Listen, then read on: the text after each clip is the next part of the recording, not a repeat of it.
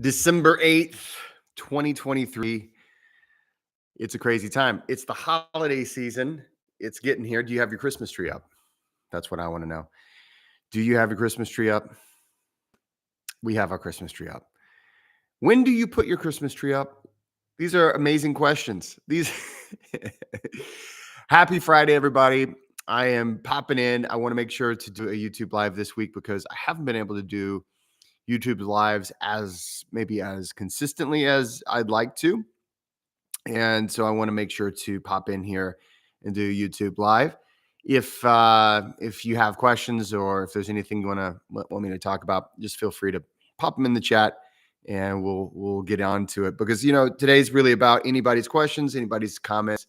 I just want to check in with the community. Today I've just received literally received most of our Christmas presents that we're getting for everybody.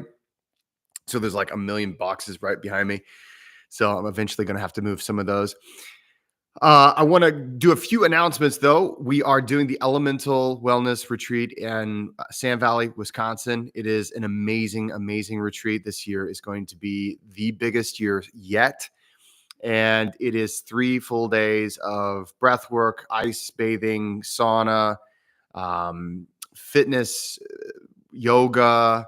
We're going to have Scott Carney's coming to talk about his new book about dreaming. We're going to have there might be some Pilates.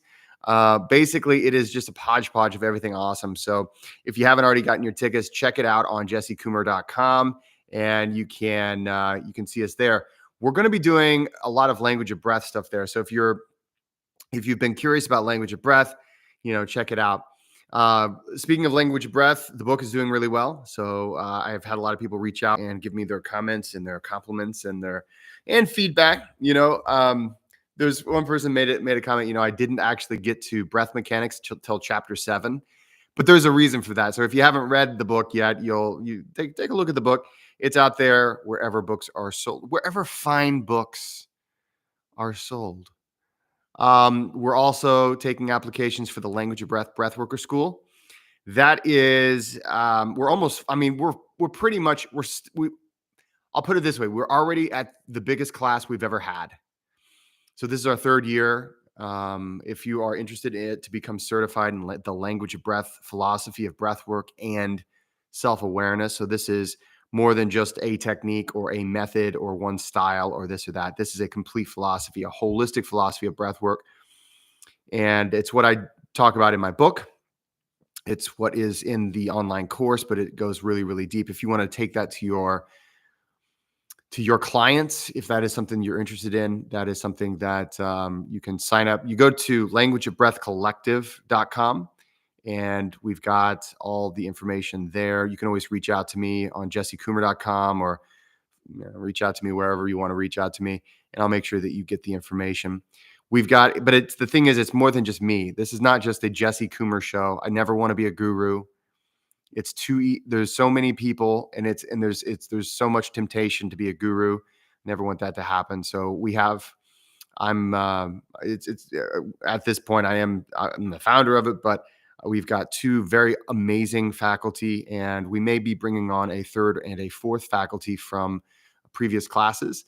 That is part of the beauty of joining the Language of Breath Collective, is that you, it's not just, hey, here's your certificate, get out of here. You're in a community, and we're all about bringing that community together. There's some really incredible breath workers. Actually, if you're familiar with this channel, you might be familiar with Chris Worden. He was part of the we called it the Pulmonauts Collective, and we would get together and do breath work. He certified with me just this year, so in July, with the 2nd class of the Language of Breath Collective, and he's doing amazing things. We also just recently were granted the award of through the National Association of Sports Medicine and the AFAA. So if you're a personal trainer, you can get continuing education credits. Actually, all the continuing education credits that you'll need to recertify, you get through certifying with me. So you can find that out. I can give you more information about it. But it's pretty awesome. And of course, it's because we're founded in science. We're founded in science. But, really, breathwork is a combination of science and artistry. And so we really embrace that with the Language of Breath Collective. So if you have any questions, feel free to throw them at me. I'm having a Celsius today. Have you seen these? I've seen them all over on all the podcasts. And maybe their marketing got to me. They are delicious. They are so delicious. It's probably, I don't know, poison, but I can't help it sometimes. It has been a really, really grueling month or two. A lot of good things going on and a lot of people dying. And I've been talking about death a lot lately, so I apologize. Um, but hey, a lot of people have been that I've been close to have recently passed on, and so it's been kind of a grueling season. I think the thing about the holidays is that I think when there were many seasons in my life that the holiday season was when things got slower and a little bit more free time. And then most of my adult life, it's always been a crunch time. So the holiday season, you're trying to get everything in before the holiday break, or the vacation you're going to go on, or the time you take off from work. How do you guys spend your holidays? Is this something where do you spend it with family? Do you spend it with friends? Do you? I always kind of envied. I always first of all, we always do a lot of family stuff, but I always envied whenever I knew like groups of friends that would have like maybe they would do their family thing, but they would also have their friends, like a friend, they call it Friendsgiving for Thanksgiving, or they would call, just kind of have a friends hangout during the holidays. I think I think during my generation, I don't know, especially like I don't know, I was kind of either the youngest Generation X or the oldest millennial. I'm kind of in that gray area between, and I think so often what it was sad, but things like, hey, let's all get together and celebrate, the holidays. Um, People kind of forgot about, and so, or at least they didn't forget about, but it was almost they felt like it was cliche. And I was like, man, I like Christmas. I like the holidays. So hey, Dana, nice to have you here. So we're just hanging out. It's a Friday. It's been a grueling week. A lot of amazing, beautiful things that I cannot, complain about have happened. A lot of things. My son got braces a couple days ago, and he is so happy about it. I was so afraid that we would really have, because when you get braces, you got him for a year or two. I was so afraid that he was going to hate them, and he's showing them off, and they let them pick like a color that they put on them. So he's just really proud. He's like, I picked my own color, and it was light blue, which is my favorite color. Which, just so you know, this my son, every color is his favorite color. Like if we're talking about a color, he's like, yeah, oh yeah, that's my favorite color too. That's and I love that about him. He's just a really. It's kind of hard to get this kid down, which I would love to take credit for that, but he's just a real go getter. And he's the kind of kid. I think I mentioned it before. He's hard to punish. And so I was having a discussion with a friend of mine not too long ago about parenting and the concept of punishment. And I think that word is kind of a loaded word. So I guess to unpack that is, you know, there are times whenever your kid misbehaves and does something that's, you need to let them know that's unacceptable behavior. And you try, like, I typically like to try doing the whole thing where it's the law of natural consequences. So, hey, if you are careless and you spill your drink, well, you don't have your drink anymore and you learn not to be careless anymore. That's just the natural consequences. But there are times whenever you have to say, okay, I have to punish you in some way. There has to be some kind of consequence for your actions, or I'm going to raise a hooligan. Right. And so, so often with my son, it's really difficult to do that because he'll just be like, I remember one time, okay, you want to judge me? You can judge me. Here's the punishment. So he was very. I'm not going to say exactly what he did at school because I'm kind of embarrassed. It was not a good thing, not a behavior that any parent wants to have. And let's just say he got a detention for it. And he, I had to punish him somehow. And so we have a dog, and there's like a place where the dog poops in the yard. And it sucks because that part of the yard, kind of stinks and stuff. And so I had him de-poop that part of the yard. So literally my son, okay, so judge me all you want. But it wasn't like I was having him do it with his teeth. We had a pooper scooper, and he was doing it. I had him put it in a bag, and we live in in a kind of a suburb area. So, it's like, okay, put the poop in the bag, then okay, then throw it away. And so, it was a stinky, kind of a gross job. And then he started singing a song and making fun and having fun with it, and joking to me about how, oh, that's a juicy nugget. Like, he made all kinds of jokes, and it was like, part of me was really proud because, okay, this is a kid who, it's life is going to hit you really hard, right? And if it hasn't hit you hard, what is it? What is that? Rocky 3? Which Rocky? Is it Rocky 5 or Rocky 6? Which is the Rocky where he gives the speech? He's like, it's not about how hard you can hit. It's about how hard you can be hit and keep on going, right? Which one is that? Does anybody know which Rocky that is? It's the one where his son, Tommy, is like boxing or something like that. It wasn't very like that. I remember the movie sucked. I really didn't like the movie, but they had that one like speech in it that lives on forever. Anybody know what that one is? Anyway, so my son, he's difficult to punish, or, and so, I was both very proud of him for just being incredibly stoic and just enjoying his life, even though he had to do this really gross job. But at the same time, as a father, I'm like, well, is this the kind of kid that the idea of punishment is to kind of be like, hey, there are consequences for your actions, and before you get to the point where those consequences are actually legal consequences, I'm going to have to be like, you want to think you're the proxy for the world, right? So it's like, okay, when you misbehave in major ways and you violate other people in certain ways, like, you're going to have some kind of a consequence. Here's a consequence, right? And so it kind of made it difficult to punish him. And so now, but he's turning out just fine. So I'm actually pretty happy I'm incredibly proud of this kid. He's 8 years old, and somehow, the cool thing is these braces don't bother him. Braces don't bother him. I never had to have braces. My wife, she had braces when she was a kid, and I don't know if you guys remember those poor kids that had to have the braces that did the thing. Like, I don't even know what the thing around the head was for, but they had like some kind of a thing that came outside of their mouth and it went around their head. Seriously, I don't know how that helps their teeth at all, but my wife had to have that when she was a kid. And so I guess her dad used to joke like, hey, stand close to the television so we can,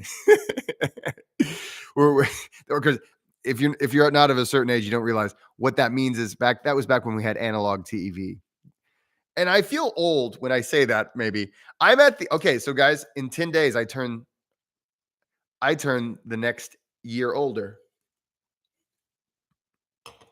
I turn the next year older in 10 days. So I am a December baby, born on December 18th. Born on December 18th. Anybody else December babies? So that makes me a Sagittarius. And I don't believe in astrology because we Sagittariuses are just like generally not very superstitious. So, hey, get it? All right. So I'm going to tell you guys a little bit more. But anyway, if you have questions, if you have anything that you want to talk about, I'm open to talk about anything right now.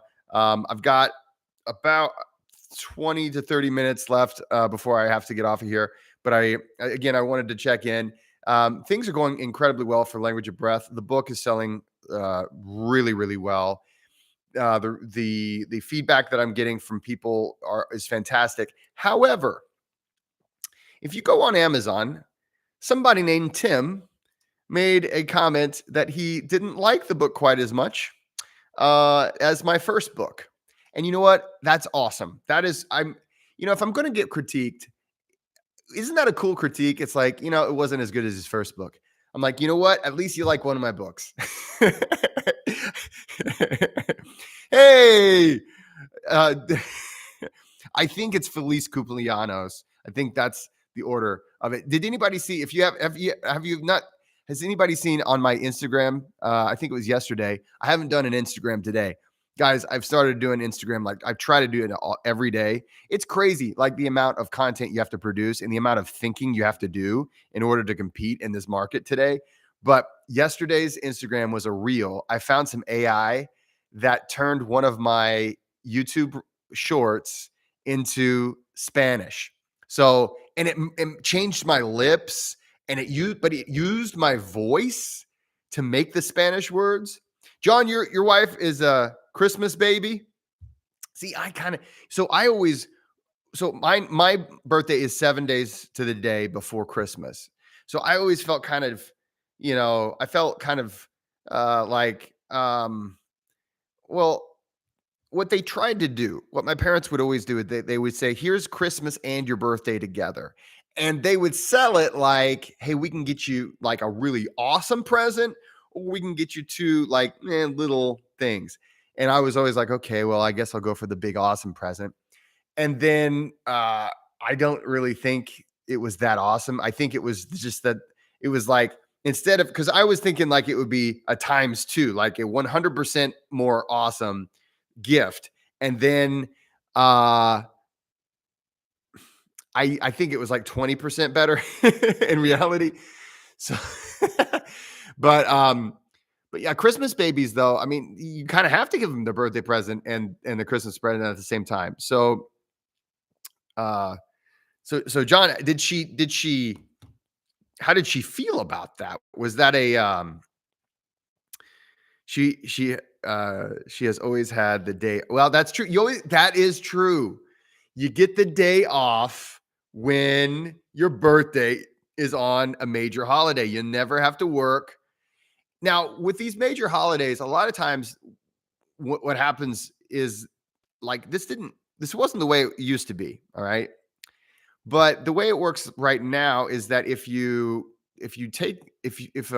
a major holiday is on a weekend, they try to also give you like the Friday or the Monday off. So they try to give you some kind of a break, just because they're like, well, hey, everybody wants the day off, and that's but yeah, I'm working on my birthday. The thing is, my birthday would always fall when I was an English professor. I generally had my birthday off, or it was the last day of where like grades had to be in by that day. So it was like the worst possible day. It was either amazing because it was the day after that, or okay, so she makes you okay. Good for her. Good for her. She makes you do the two parties. Because you kind of feel like, okay, we're all getting together for Christmas. Oh, and also let's all sing happy birthday, right? But no, if she's like, nope. All right. She has two parties. Well, good for her. I think you're right, Deb. Of course, Spanish, man.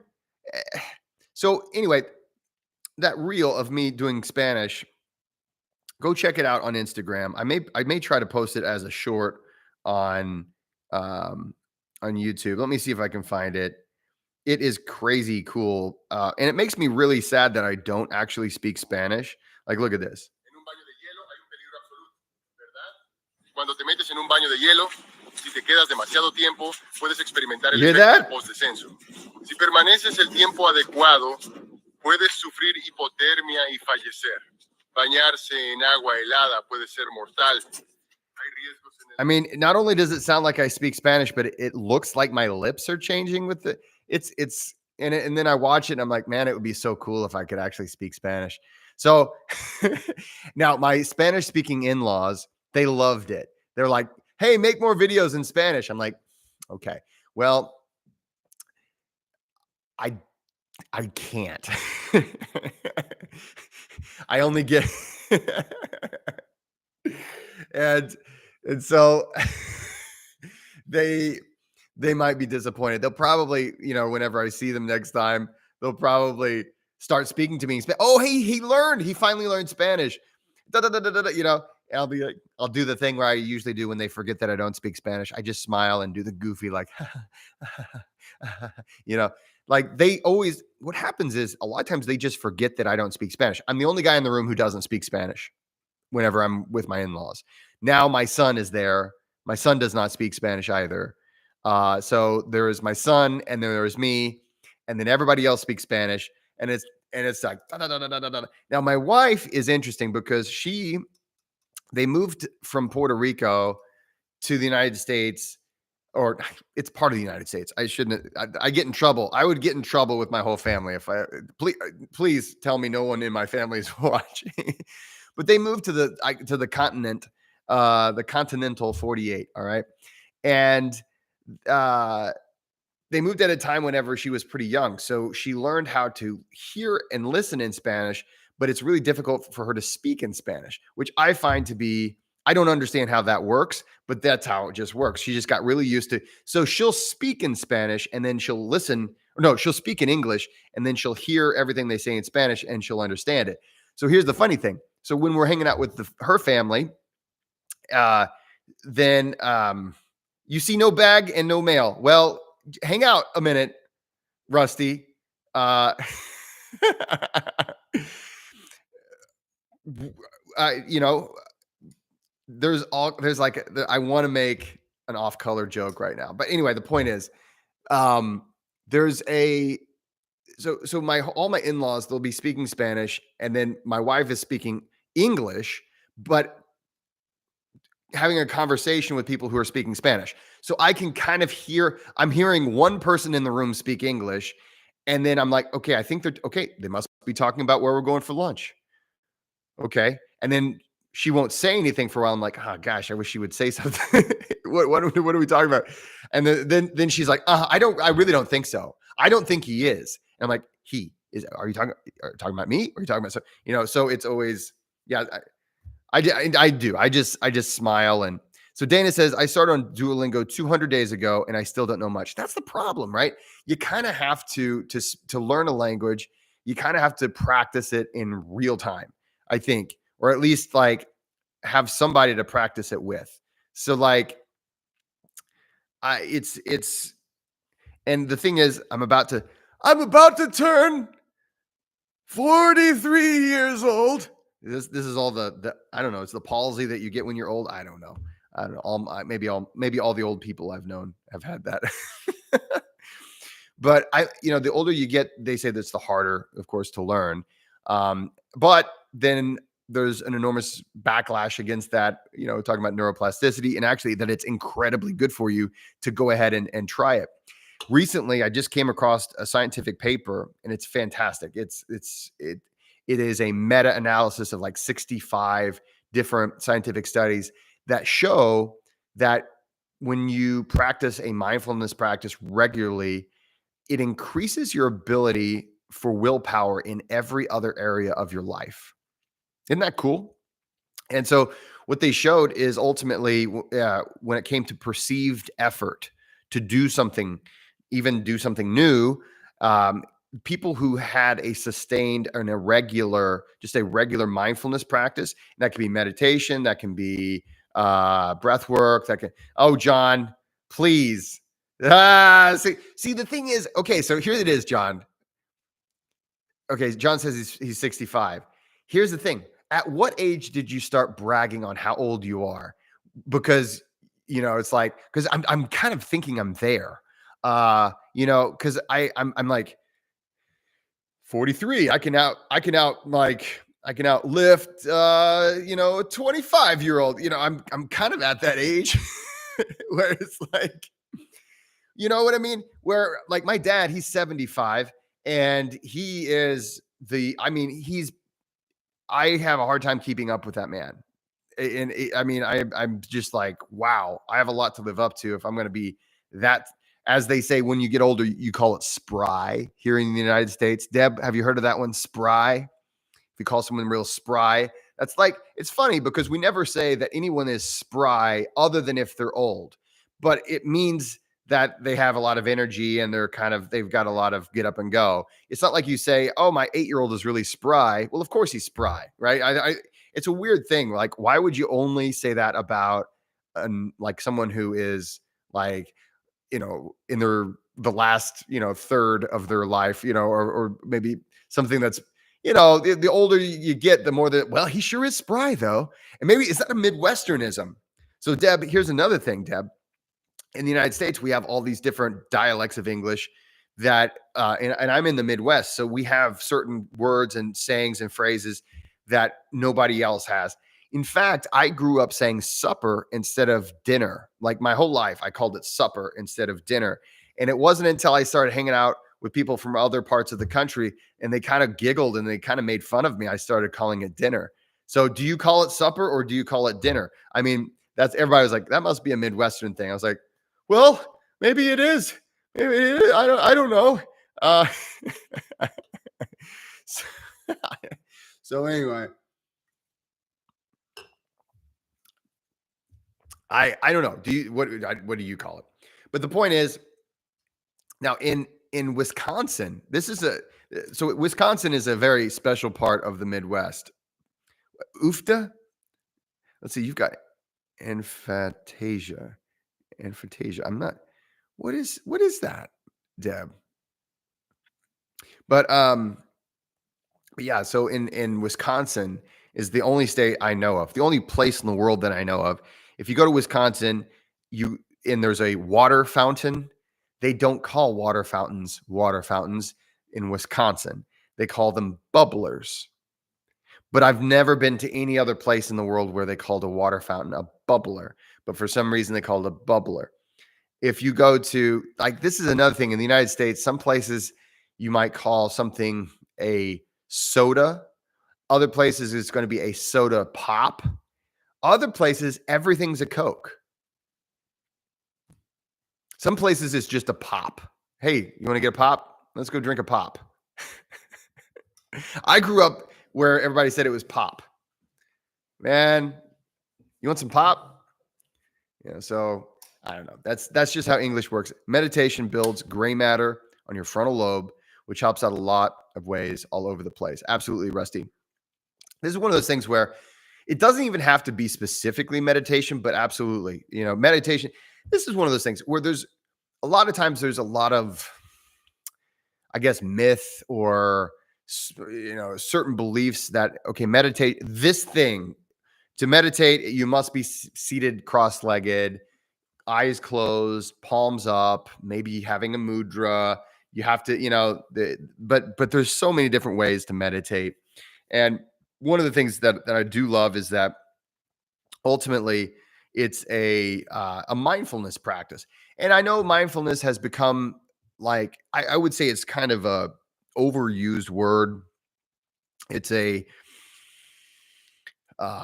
one of those things that, it's become maybe Instagrammed. It's become so social media'd that it's like all, you can just, mindfulness is kind of, but ultimately when you learn to focus, when you learn to become inwardly aware, when you learn to appreciate the uniqueness of now, these are different ways of describing the process of meditation. And so when you learn the language of breath, the first thing you learn, let's see, there's ads. I'm going to skip ads for you guys. We don't need no ads. That's just bad English, by the way. So that's a double. When I was an English professor, I had to count off for that. But now I can. But I left that life behind me, and now I can talk any way I want to. No, I was the kind of English professor. I said, hey, listen, the way we speak and the way we write should not be the same. The way you write, you should have a writing voice and a spoken voice. And the thing is, whenever your writing voice improves, your spoken voice generally improves, but it's not really a direct correlation. Where the written voice really, the thing that I find that it impacts the most is our ability to think. So the better you become at writing, the better you become at thinking. And that's specifically because you are in real time kind of bending and forming and shaping ideas, and you can use editing. You don't have, it's not over as soon as you say something, right? It's continuously there, and you can continuously work on it, and that affects how well you can think. And I actually, there's a lot of research that goes to back that up. So Deb says we call the morning meal breakfast. Yeah, I would say breakfast. Southerners, and so Deb is in the UK. So when she says Southerners, she's talking Southern UK here. Southerners call afternoon meal lunch. We call it dinner. Southerners call the evening meal dinner. We call it tea. Really? So, okay. I need to learn something here. So you call, okay. Okay. Breakfast would be morning meal, right? Break the fast, right? First meal of the day. Then there's lunch in the midday. So that would be the midday meal. And then the evening meal typically would be dinner or supper, depending on where you're from. So those are the three typical meals. But you're saying that the one that I would call dinner or supper, you would call tea? Or the Southerners would call tea. Is that right?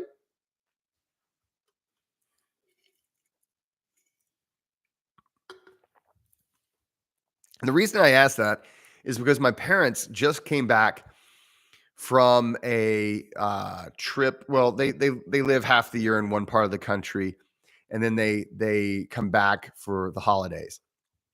And they recently were invited for tea by some people from Honduras. And I wonder if they learned English from maybe one of your Southerners, because they said, "Hey, why don't you come over for tea?" And my parents went over there, being the happy Midwesterners. They're like, "Okay, I like tea." Not many people ask us for tea here in the United States. We don't generally say, "Hey, you want to come over for tea?" We don't normally do that. Uh, oh, in the North, you call it tea. So the last meal of the day, the evening meal, would be tea. Well, maybe they. Okay, so my parents, they went over and they visited their Honduran friends. And they said, because they say, "Why don't you come over for tea? Why don't you come over about 4 o'clock or 5 o'clock?" And so my parents went over there not expecting a meal, and they got over there. They had a huge meal, and they're like, "Okay, well, we like food, so this is good." So maybe they. This is the crazy thing. It's so funny. I met a guy who had never been to the United States, but he had a Midwestern accent. His English was Midwestern. He grew up in Vietnam, and but the thing was, he had an American nanny when he grew up. And it was like, I called him Nebraska. I said, "Hey, Nebraska, come here." He looked like the average Midwestern guy from Nebraska, and that was his nickname that I called him. But he'd never been to the United States. It still is kind of weird whenever I see the guy talk. I'm like, I don't know how that is. It just, my brain doesn't compute that. Anyway, I guess getting back to that study I was talking about, it is fascinating that doing one thing, right? So doing the meditative practice, doing a breathwork practice, anything that would be considered a contemplative practice, or, well, technically mindfulness and contemplative practices are different. Most of the time, whenever but any kind of a mindfulness practice, any kind of a practice where you are like, for instance, language of breath, we the whole focus is on internal awareness. So there's never, when it comes to language of breath, it's not about breathe harder and faster. It's not about it's not about just forcing some kind of a result. It's about learning how to really, really listen to the unconscious self and all the different ways that it expresses itself.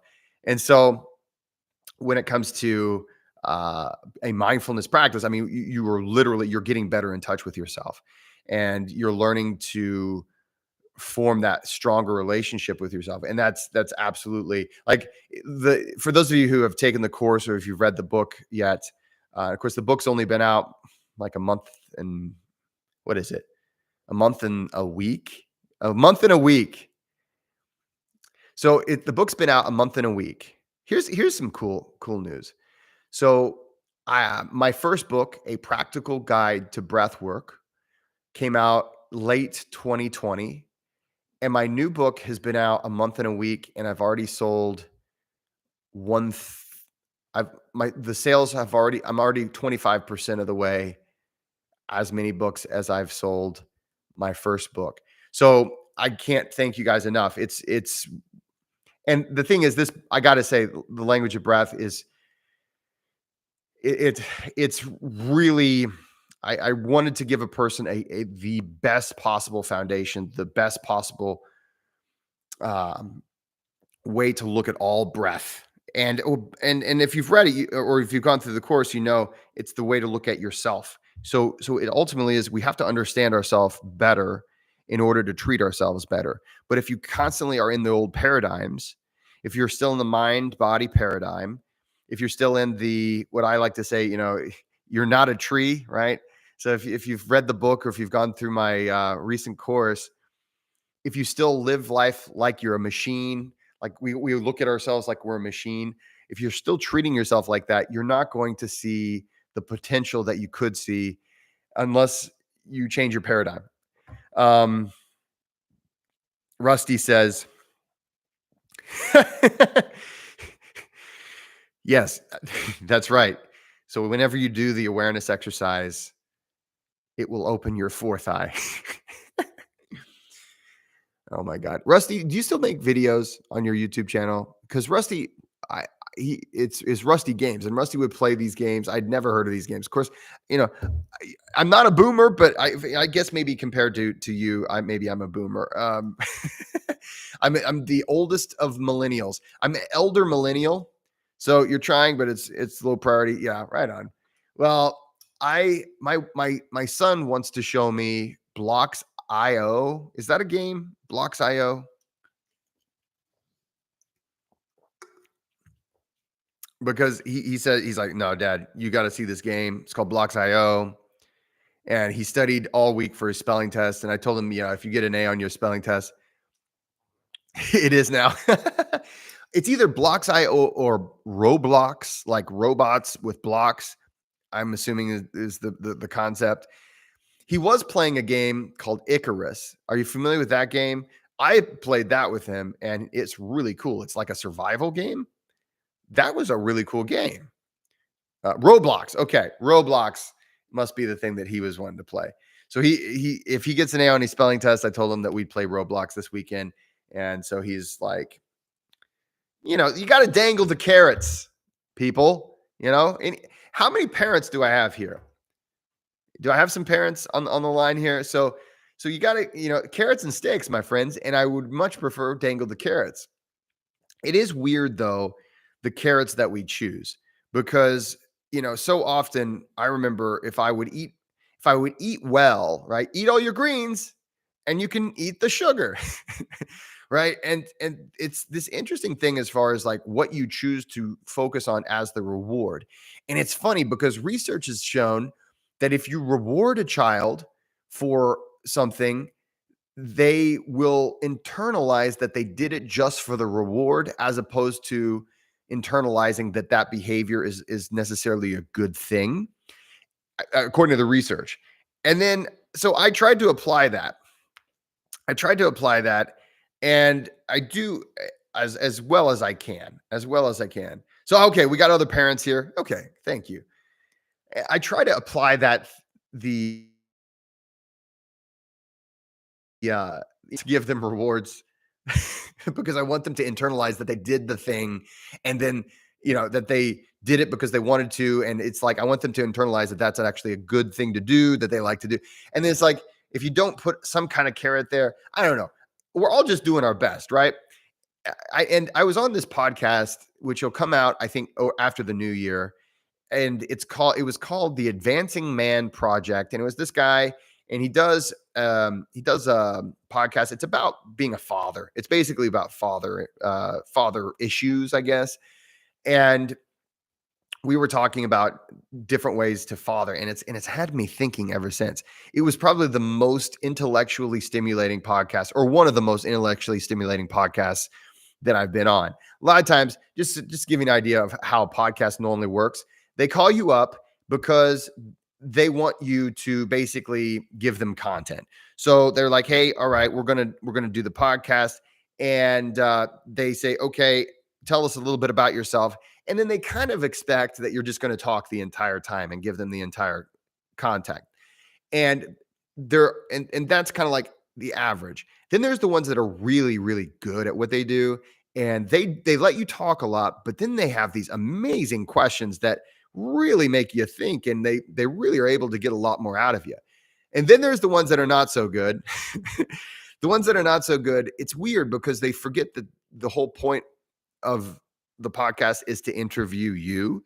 So if you're listening to a podcast and you want to know just at least my opinion on the podcaster, if the podcaster is taking up 50% or more of the talk time, it's a terrible podcaster.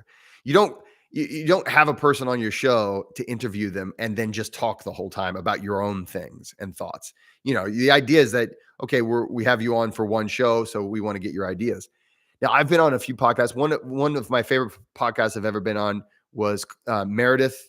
Her name is Meredith, and it's Meredith for Real. She's fantastic. She's part of the Patreon club. She joined my Patreon club, and she comes to some of the breathwork sessions. I was on a podcast called How To Academy out of the BBC, or out of, not the BBC. It was How To Academy. It was out of the UK. I forget exactly.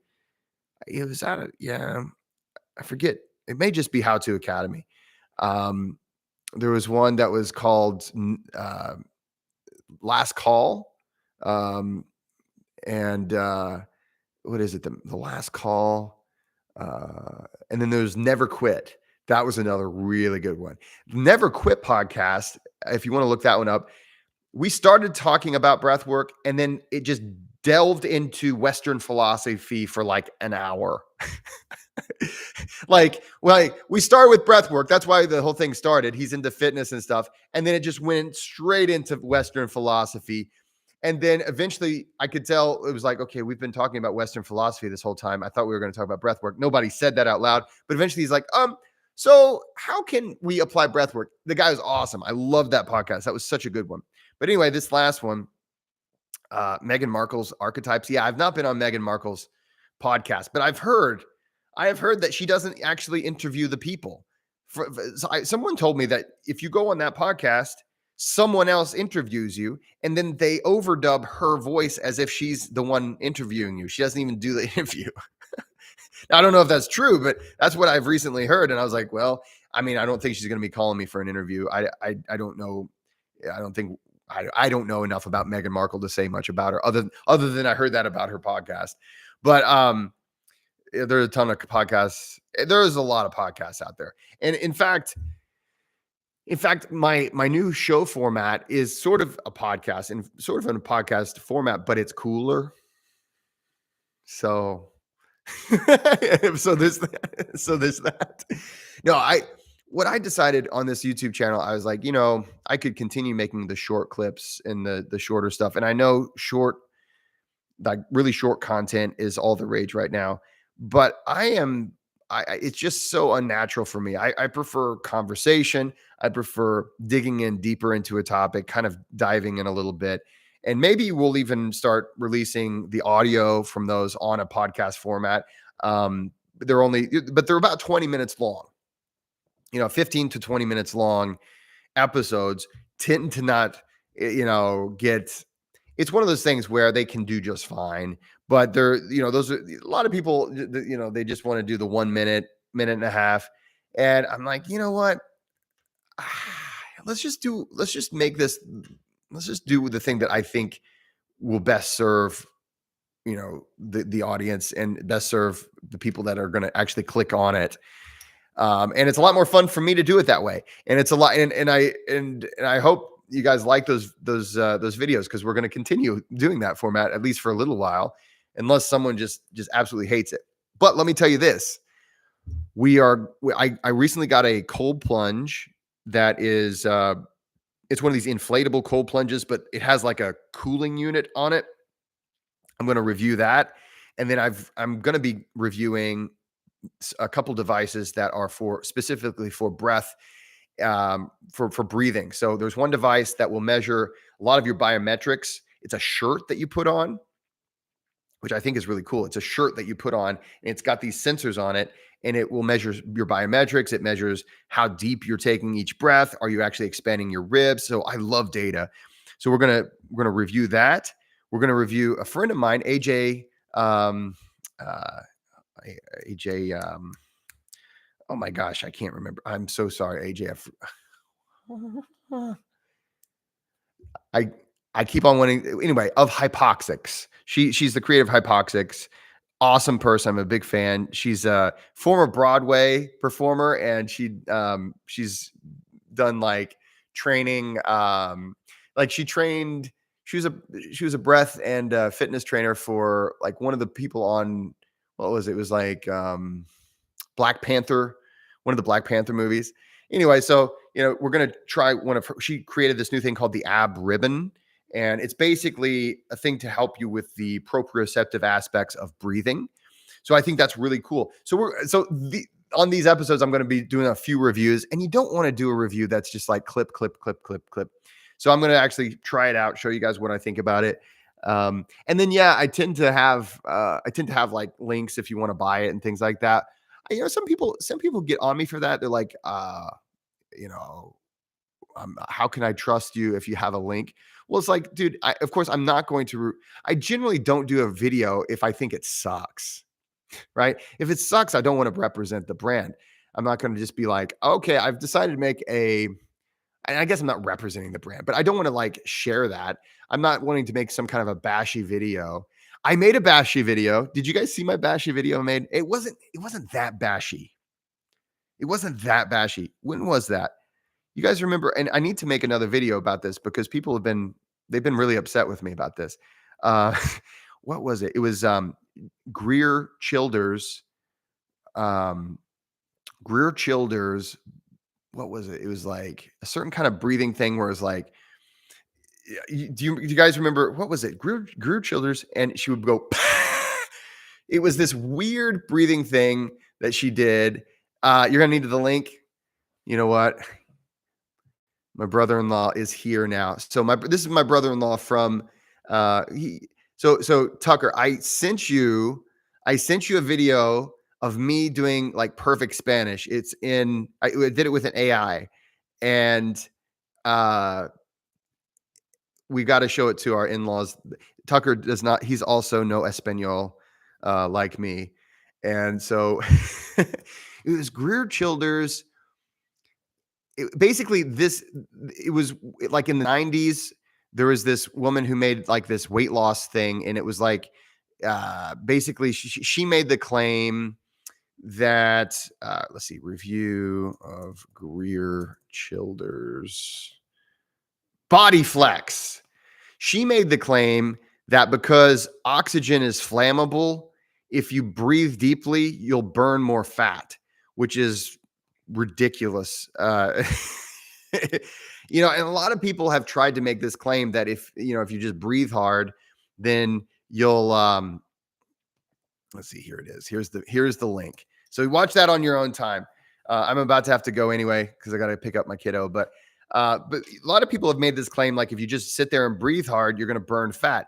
And they make the claim. And nowadays, the way that the claim has adapted over time is that because you exhale, so people talk about, okay, how do you get rid of the fat? Well, you exhale it out. Well, yes, to a certain degree, that's true. But I mean, you're exhaling the carbon. Okay, so you're exhaling carbon dioxide. That's one of the major elements whenever you produce energy, right? When your metabolism is working, one of the things that it's going to do is it creates energy. It does this by eating up glucose and oxygen. One of the byproducts is carbon dioxide, and so yes, you're exhaling that. It doesn't mean that the more CO, the more you breathe, the more fat you burn. It doesn't work that way. And hey, if it did, hey, we wouldn't have all these people on Ozempic now. Have you heard about this? Like that's a huge thing. And I worry about that. I don't know enough about it to really talk about it too much, but I do know that it kind of sprouted up overnight, and I do worry that we're going to have, kind of the next opioid epidemic, but that now it's going to be a weight loss epidemic. So, and I want people to lose weight, or I shouldn't say it like that. I want people to have a healthy body, and there's an enormous amount of research to show that yes, if a person reduces body fat, they're going to be healthier. But I also don't want people to take a drug that is maybe going to cause problems and give them a worse life later on down the road. So if you're on it, just be careful. And but if you're thinking about it, do your research. I don't know enough about it to make any like claims or anything like that. But yeah, anyway, so I got so much flack from Greer Childers. She has a really big following, and maybe she has something. I don't know. I looked at what she was doing, and I'm like, yeah, and she makes the claim that you don't have to diet, so you don't have to change your diet. And that whenever I hear that you don't have to change your diet and you're still going to lose weight, I'm like, yeah, you can't know that. You can't make that claim. What if I eat 3 gallons of ice cream every single day? Are you making the claim that if I do your, half-hour aerobics exercise and breathing routine, that I'm going to still lose weight? And that's the claim that she made on a lot of her videos. Now she reached out to me, or at least someone claiming to be her reached out to me, and she was like, she gave me her phone number. She called me, and I'm not going to just call somebody because I don't want them to have my phone number. It's like, if I call you, you're going to have. So I said, why don't we do a Zoom? And first of all, that way I know it's actually you, because she's huge on TikTok. If you go to TikTok, she's all over the place. And so I was like, okay, I want to make sure it's actually the real Grilled Childers. I don't want to make a big mistake. And so she never replied. But anyway, I was so excited. I was like, man, because I'm open. Maybe I'm wrong. Maybe there's something that she's going to tell me, Anyway, guys, big love from the Midwest. I've got to go pick up my son from school. You guys have a great weekend. Thanks for hanging out with me on a Friday. I'll see you next time. Bye-bye.